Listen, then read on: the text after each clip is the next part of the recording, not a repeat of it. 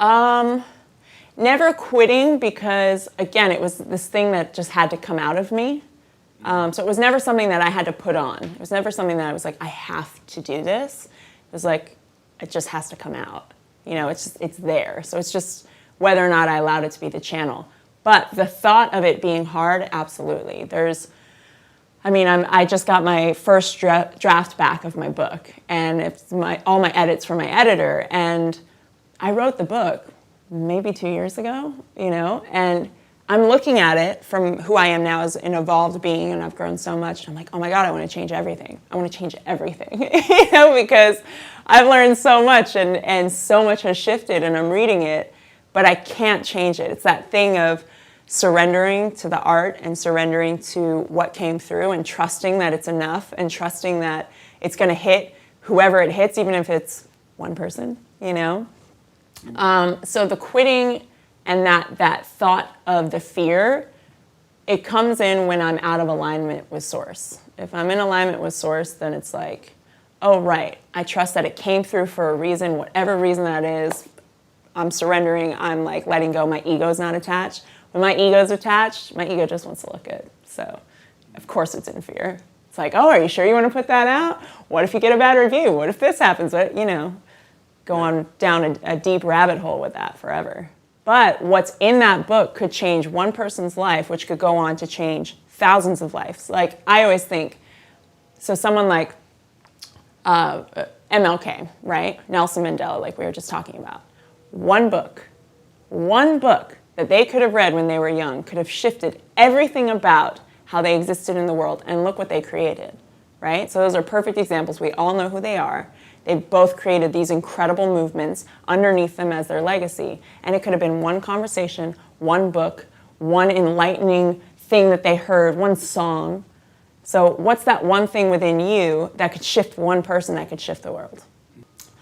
Reading for personal growth is everything. I grew up in a small town. I grew up with parents that had me working at 12, and I always had an amazing family and support system, but I never had mentors and people that I could look up to and say, hey, I have this question, what should I do about this?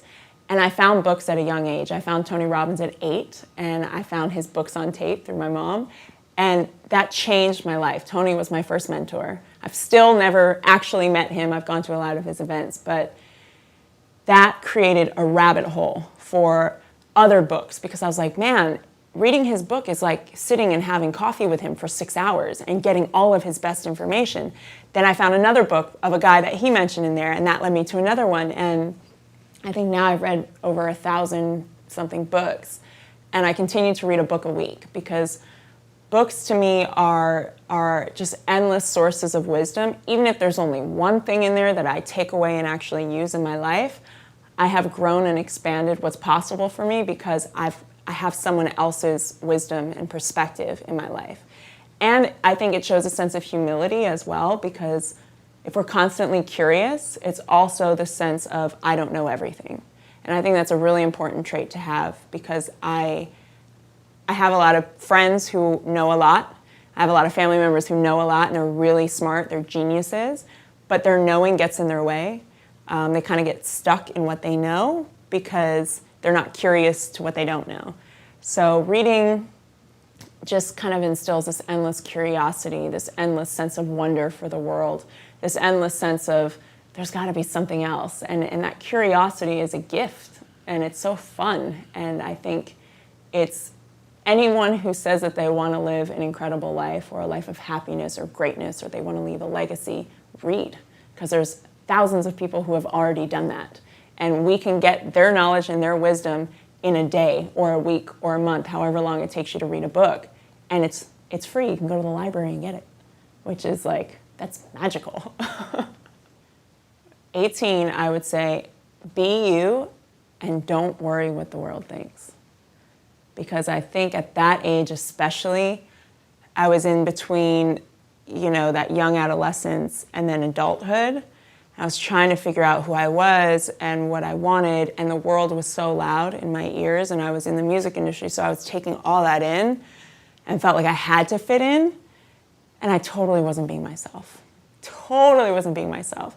So I would just say, be yourself and don't worry what the world thinks. Because who I am is enough. I was put here for a purpose, exactly as I am, not as you want me to be or you want me to be, but just how I am. And I need to share that and show that and shine in the way that I was brought here to shine and in the way that only I can shine. Because one person might need to hear what I have to say, or one village might need the work that I can contribute.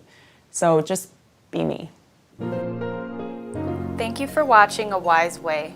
Subscribe to stay updated, share to pass the knowledge, or view our other videos on the left.